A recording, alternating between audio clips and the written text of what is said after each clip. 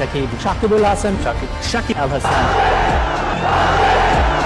এক সময়ের বিশ্বের সেরা অলরাউন্ডার আজ আপাতত জাতীয় দলের বাইরে। লাল সবুজ নয়, ভিন্ন জার্সিতে মাঠে নামা সাকিব আল হাসান নামটা শুনলেই এখনো কোটি ভক্তের খান খাড়া হয়ে যায়। এটা সাকিবের নতুন করে পরিচয় করিয়ে দেওয়ার গল্প নয়, বরং বয়স, অভিজ্ঞতা আর সময়ের সঙ্গে পাল্লা দিয়ে কিভাবে একজন ক্রিকেটার নিজেকে এখনো প্রশিক্ষণ রাখছেন সেই গল্প।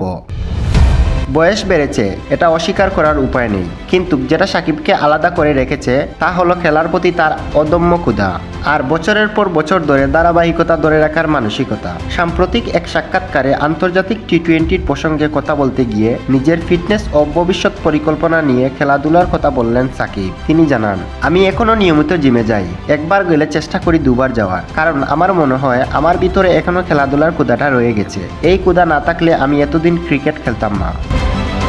সাকিব আরও বললেন, আমি ক্রিকেট খেলাটা এখনো খুব ভালোবাসি। খেলাটা আমাকে খুশি করে, মানসিক শান্তি দেয়, এটাই আমার কাছে সবচেয়ে বড় ব্যাপার।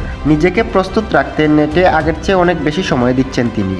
এই প্রসঙ্গে সাকিব বললেন, নেটে এখন আমি অনেক বেশি সময় কাটাই। শরীর যখন একটু স্লো হতে শুরু করে তখন ট্রেনিং আরও বেশি দরকার হয়। এই উপলব্ধির পিছনে রয়েছে একটি স্মৃতি। 3 বছর আগে কুমার সাঙ্গাকারার একটি কথা আজ সত্যি বলে মনে হচ্ছে সাকিবের কাছে, যেটা তিনি এখন বাস্তবে বুঝতে পেরেছেন। প্রায় 2 দশকের আন্তর্জাতিক ক্যারিয়ার, সময়ের সঙ্গে সঙ্গে বদলেছে প্রস্তুতির ধরন, বদলেছে ক্রিকেট দেখার দৃষ্টিভঙ্গি। সাকিব বললেন, 1.5 বছর আগে আমি বেশি প্ল্যান না করার সিদ্ধান্ত নিই। এখন আমি মানসিকভাবে ভালো জায়গায় আছি, কমফোর্টেবল আছি, আমি এভাবেই থাকতে চাই। সব শেষে বলা যায়, সাকিব আল হাসানকে নিয়ে ভাবনা যেমন বদলেছে, তেমনি বদলে যাচ্ছে তার নিজের দর্শনও। ক্যারিয়ারের শেষ প্রান্তে দাঁড়িয়ে এই বাঙালি অলরাউন্ডার এখনও উত্তাপ চড়ান, তাকে হারাতে চায় না ভক্তরা।